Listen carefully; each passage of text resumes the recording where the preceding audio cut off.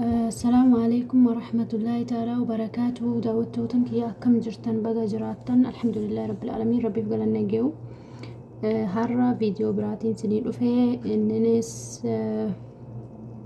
ورر فيسي كأنهن بقى وانت جراجرا وان أرجن وان فمنك حست هجنة وصفات جراجرا هجتني يروف يدمنو فرمات الران أرجنو warra jettaniif jechuudha viidiyoon har'aa saniif dubbataa duraan dursee waa takka fayyadamuun duratti akkaataa itti fayyadamnu sirriitti hordofuu qabna jechuudha. Wanni takka irraa hir'achuu qabu jechuudha. Lammaffaa yoo rifeensa kee ati sirriitti yeroo dhiqnu dogongora hedduu jira jechuudha rifeensa dhiquu irratti fi eega dhiqneera anneen booda jechuudha. Sirriin hordofaa yeroo rifeensa dhiqannu duraan dursinee tokkoffaan qalannee dogongorri nu qabnu shaamboo fiinxee mataa buqqee irraa kaasnee haga fiinxee shaamboodhaan dhiqnaa jechuudha. Kuni qalaxa. Kuni rifeensa ajjeesa jechuudha dhibbaan dhibbatti. Shaamboon fiinxee rifeensaatti hin dibatamu. Tokko buqqee irra qofa dibatama jechuu yeroo dhiqatamu.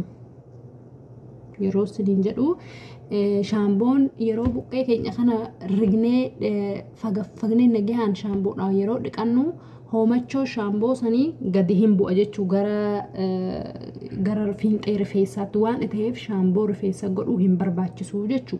Maaliifii rifeensa keenya da'iifa hin tahammalu jechuudha. Dadhabaa waan ta'eef shaamboo hin tahammalu jechuudha.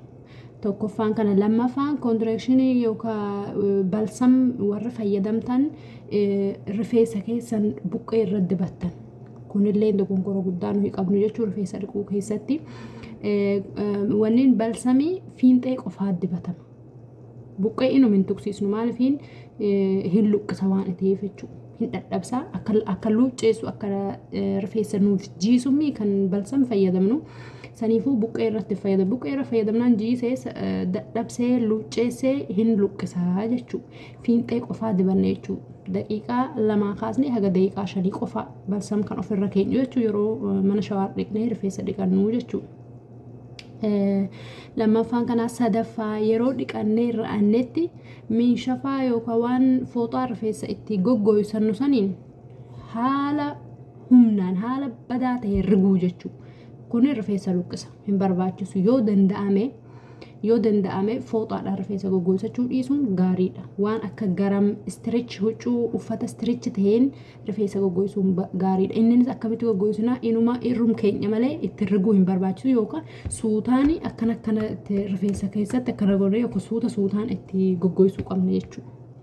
Malee riguu hin qabnu jechuudha. Sadaffaan isa kana afraffaa eega rifeensa dhiqannee ra'anneen boodatti calumannee rifeensa keenya fuunee marree kun dogongora anillee hojjedhu namni hedduun hojjetu jechuudha. Of irraa of eeguu qabna.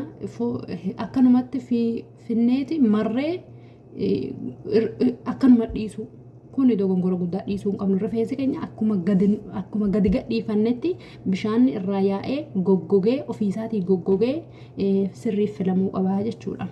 Afraffaan isa kana. Shanaffaan isaa jiidhaa jiru filuu. Rifeensa isaa bishaan qabu hammaama keessatti tahee bakka dhiqannu shawaarii tahee eega achii baanee tahee rifeensa isaa jiidhaa jiru yoo kan fillu taate rifeensi hin du'aa jecha. Hin obsu hin luqqa'a. Hin luqqa'a waa gaarii jechuudha. Rifeensi haga goggogutti eeguu qabda.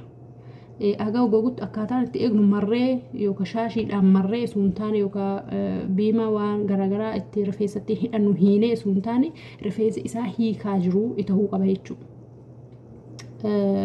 Kana akkas godhuu qabdanii akka wanni fayyadamtan sun faayidaa isaarraa argattan jechuudha. Yoo akkanumatti diidaa waan garaagaraa dibattanii waan amma irraa dubbanne waan afreen amma irraa dubbanne kana yoo kan gootan taate faayidaa isin hin qabu jechuudha. Warreen rifeensi keenya akkam jedhama bal'aa bakka qabu jechuun luqqa'ee kan salphateeru jechuudha. Rifeensa bizuun iteene baay'een iteene jechaadha. Maal nu barbaachisa har'aa? Soomaadha jechuudha. Soomaan shunkurtaa adii yookaan qullubbii adii jechuun isin mul'atee dheeyyaadha. akkamitti fayyadamnu waa takka yeroo fayyadamtanii torban takka yookaan torban lama qofa fayyadamtanii hin dhiisinaa haga faayidaa irraa argattanitti sirriitti fayyadamaa siniin jedha. Yoo akkanumatti dhuftanii waan amma irraa sinii dubbadhe kanarraa kan of hin eegne mee hundi keessanillee mee of qoradhaa yeroo viidiyoo kana dhaggeeffattanii yaa tara ani mee rifeensa kiyya jiidhaan hin filaa yookaan isaa eegamana shawaariitti dhiqadhee bahee miinshafaa yookaan fuuxaadhaan hedduun rigaa of gaafadhu waan kana aadaan kuni hoosa waan ta'eef irraa of eegi jechuudha. Akkasitti amma zayita toomaa akkatti fayyadamtu agarsiisa. Lammaffaa rifeensi Afrikaa rifeensi keenya haguma fedhe yoo luuccaa ta'e walitti hidhamu hin dhiisu. Saniifuu maal godhuu qabna dirqama zayita dibachuu nu barbaachisa. Kireem waan garagaraa jechuu yaanii eega dhiqanneen booda isuu dhiqachuudhaaf hin tahin waan wazi qabu takka badiil zayiti kana dibachuu qabna jechuu. Akkamitti dibanna isaa buqqee rifeensa keenya abadan tuqsiisuu waan qabnu jechuudha. Abadan tuqsiisuu waan qabnu fiinxee qofaa xiqquma dibne jechuudha. Akkuma nuuf filamu jecha malee buqqee irraa kaasnee cifcif goonee dibannee akkanatti eegaa fiinxee rifeensa keenya qofa yoo dibne gaariidha. Yoo kan akkuma duraan siniin jedhe buqqee rifeensa keenya kan zayita sirrii dibnee yeroo hunda finnee teenyu yoo ta'e zayiti sa'aa yoo guddate sa'aa 6 ol rifeensa keenya irra taa'uu hin qabu jechuudha. Hongumaa kanarraa of eeguu qabna. Akkasitti waan cuqqaalaa qabu waan akkanaa nu barbaachisa jechuudha. Gazaaza yoo ta'e gazaazattu irra filatamaadha jechuudha. Bilaastika osoo hin taane kuni garuu isattu bilaastika malee sedaliyaadha waan ta'eef xubbiidha jechuudha. Gaariidha jechuudha. Akkam goona toomaa akkuma agartan mataa takka eegan cireen booda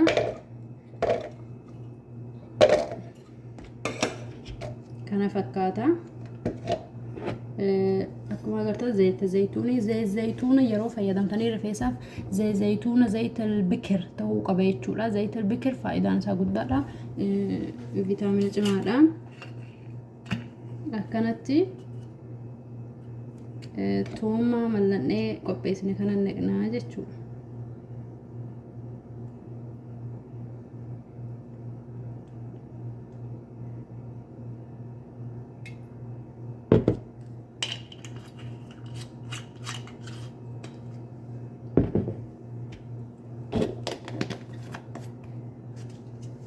Akkuma agartan kanatti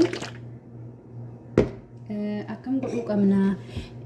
Kuni yeroo shawaar fudhachuuf kaanu sa'a takka sa'a lama ofirra keenyeeti kan dhiqannu garuu sirriitti riguu qabna jechuudha. Maalifiin zayita keessa akkanatti keenyee faayidaan toomaa shunkurtii adiin kun qabu akka jirutti faayidaan isaa zayita kanarra nu dhufaa jechaadha. Nuyi zayiticha qofaa fayyadamna. Kuni hagam ta'aa eessa ta'aa kan jettan yoo ta'e adii tallaajaa ta'uun barbaachisu aluma keessanii garuu ifaarra taa'uu hin qabu. Kana hubadhaa. Kaalsii yookaan shurraaba waan akka gastiiraa itti maruun dirqama jechuudha. Waan akka gastiiraa agartanii akkanatti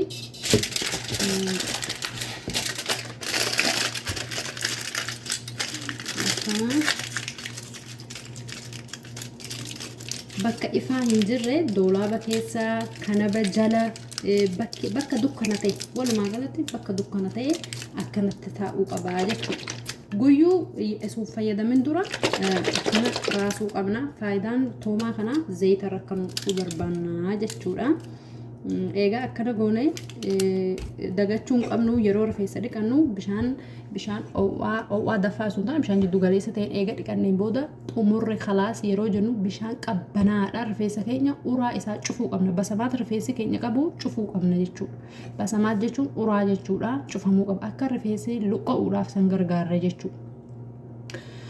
Kana fakkaataa inshallah akkasumatti tolu abdiin qaba. Yoo sunitti tolu subscribe, like, share, comment naa godhu hin dagatinaadha. sirrii fayyadama irra deddeebi'aa fayyadama torban takka akkana rifeensi obsa barbaachisa suutaan fayyadamuu qabdan rifeensa jiidhaa filuu dhiisaa shaamboo akka fuutanii shaamboo yeroo dhiqattanillee harka keessanirra neqxan yookaan waan meeshaa wayiin neqxanii bishaanitti neqxanii eega waliin laaqxan booda rifeensa naquu qabdan akkanumatti shaamboo asuma ofi qabdee mataa kee irratti hin neqin buqqisa rifeensi buqqa'uu hin gargaara da'iifa ta'a waan ta'eef jooka yookaan harkum kee irratti illee yoo shaamboo naqxee akkana gooteeti achi booda buqqee rifeensa keetii sirriitti riguu qabda jechuu yeroo rifeensa rignu qeessaan akkana hooquummi quba keenya kanaani quba keessaatiin suutaanii masaaj goota jechuu herregde jechuu yeroo rifeensa dhiqannu. Yeroo zayitaa fi waa garaagaraallee rifeensatti dibannu akkasuma qeessaa riguu hin qabnu hin tahammalu hin luqqa'anu jalaa waan ta'eef suutaan jaalalumaan rigdan jechuudha. Inshaallah isinittiin dheeressu viidiyoo biraatiin haga walitti deebinutti assalaamu alaikum wa rahmatullahi ta'ala wa barakaatuhu.